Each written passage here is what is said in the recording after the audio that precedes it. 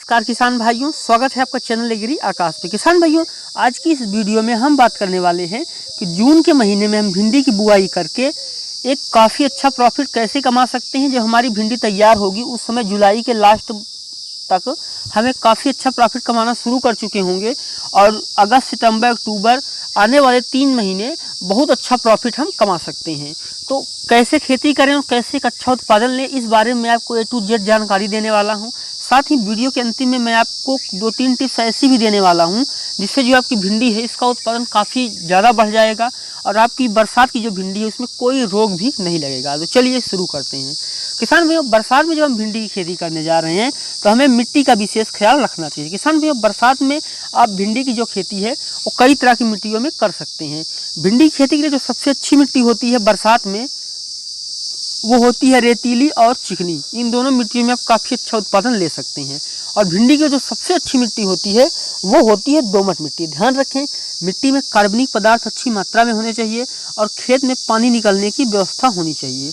हम इसको भारी मिट्टी में उगा सकते हैं, तो बरसात में आप कहीं भी इसको उगा सकते हैं। बस आपको ध्यान रखना है कि मिट्टी में आपको ज़्यादा नमक नहीं होना चाहिए और ज़्यादा क्षार नहीं होना चाहिए।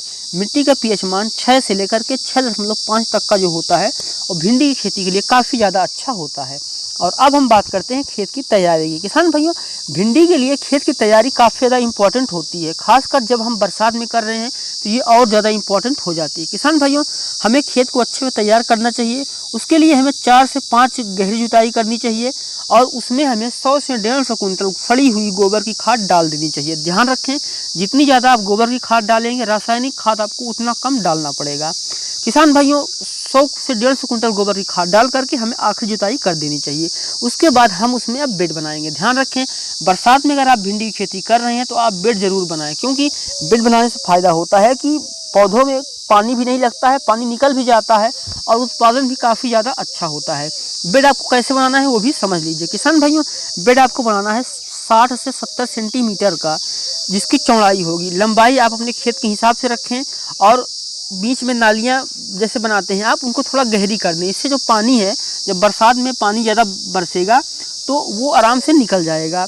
अब हम इस बेड पे बुआई करेंगे। बेड जो है आपका वो 25 से 30 सेंटीमीटर का ऊंचा होना चाहिए। किसान भाइयों, अब बात आती है खाद की। किसान भाइयों, हमें उसमें कौन सी खाद डालनी चाहिए ये भी हम समझ लेते हैं। किसान भाइयों, ध्यान रखें, वीडियो में बताई गई सारी जानकारी 1 एकड़ के आधार पर है। किसान भाइयों, हमें उसमें बुआई से पहले या आखिरी जुताई के समय 40 किलो यूरिया, 35 किलो DAP और 25 किलो MOP पोटाश डालना चाहिए। इसको आप चाहे आखिरी जुताई के समय भी डाल सकती हैं या फिर आप बुआई के समय छिड़काव भी उस पर ऊपर से कर सकते हैं। किसान भाइयों, अगर आपके खेत में जिंक सल्फेट की कमी होती है तो आप 5 किलो जिंक सल्फेट पर एकड़ प्रयोग कर सकते हैं। ध्यान रखें, अगर आपने इससे पहले वाली फसल में जिंक या सल्फेट डाला हुआ है तो आपको यहाँ पे जिंक डालने की कोई ज़रूरत नहीं होती है। अब बात आती है कि बीज कितना लगेगा और हम बीज का उपचार कैसे करेंगे। किसान भाइयों, बरसात में अगर हम भिंडी की खेती कर रहे हैं तो हमें 4 से 6 किलो बीज की ज़रूरत होती है और जो हमारा बीज है इसको हमें अगर उपचार कर लेंगे तो कोई रोग भी नहीं लगेगा। किसान भाइयों,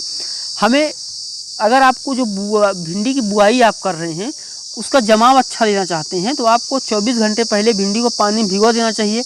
जब आप 24 घंटे तक पानी में भिगो के रखते हैं तो उसका उत्पादन जो है वो अच्छा होता है। जब जमाव अच्छा होगा तो उत्पादन भी जाहिर सी बात है काफ़ी ज़्यादा अच्छा होगा। किसान भाइयों, किसी में तरह के जो रोग है वो भिंडी में ना लगें, इसके लिए आपको किसान भाइयों बुआई से पहले उसे हमें फनफूद नाशक से उपचारित कर लेना चाहिए। किसान भाइयों, इसके लिए आपको कार्बेंडाजिम ले सकते हैं। कार्बेंडाजिम आप 2 ग्राम लीजिए और उसको आप 1 लीटर पानी में डाल दीजिए और उस 1 लीटर पानी में आप 1 किलो भिंडी का बीज डाल करके 4 से 5 घंटे तक भिगो दीजिए। उसके बाद जो है आपका भिंडी का बीज उसको आप निकाल लीजिए, छाया में सुखा करके उसकी बुआई करें। इससे जो आपका भिंडी है उसमें कोई रोग भी नहीं लगेगा।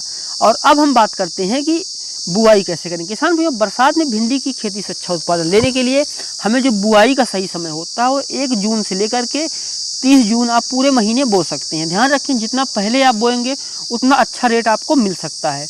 और बुआई करते समय ध्यान रखें कि जो पौधे से पौधे की दूरी है उसको 15 से 20 सेंटीमीटर की रखें और जो लाइन से लाइन की दूरी है इसको आप 40 से 45 सेंटीमीटर की रखें।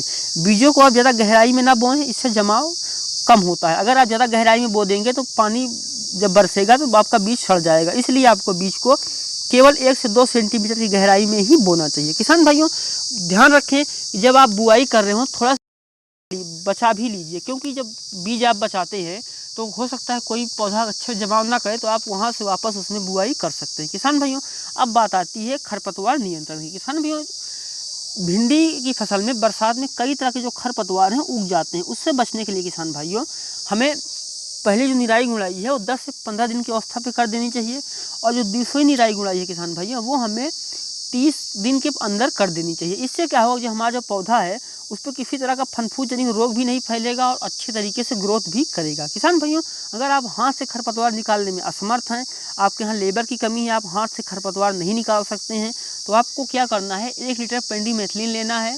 पेंडीमेथलिन जो दवा है आपको मार्केट में कई नामों से मिल जाएगी, आप वहाँ पर जा करके ले सकते हैं, और उसको आप 2 फिल्टर पानी में घोल करके अपनी 1 एकड़ फसल में बुआई के 24 घंटे के अंदर या फिर आप बुआई के पहले भी इसका छिड़काव कर दे देंगे।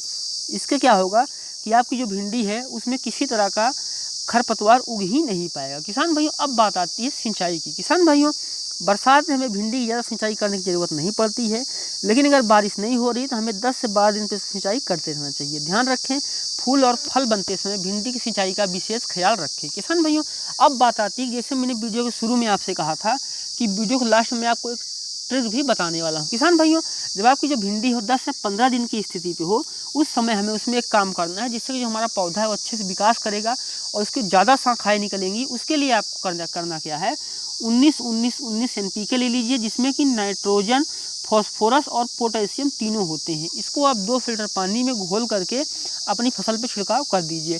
अगर आपकी जो फसल है वो अच्छे से विकास नहीं कर रही, पौधा कमज़ोर है, तो उसमें आप 250 ग्राम सूक्ष्म पोषक तत्व भी मिला सकते हैं। किसान भाइयों, उसके बाद जो हमारी फसल है किसान भाइयों 15 दिन के आसपास की हो, उस समय हमारी फसल में आगे चल के कोई रोग ना लगे, इसलिए आपको 1 किलो लेके आना है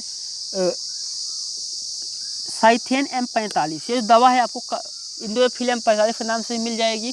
खास करके जो दवा होती है फनफूद नाशक होती है। इस फनफूद नाशक दवा को आपको अपनी फसल पे हर 10 दिन पर छिड़काव करते रहना है। इससे जो है आपकी फसल पे कोई रोग नहीं लगेगा। भिंडी की फसल पे और जानकारी लेने के लिए जैसे कब कौन सी खाद डालें, रोगों से कैसे बचें, नीचे डिस्क्रिप्शन पे आपको लिंक मिल जाएगा, आप वहां से जाकर के प्लेलिस्ट देख सकते हैं। उम्मीद करता हूं कि वीडियो आपको अच्छा लगा होगा।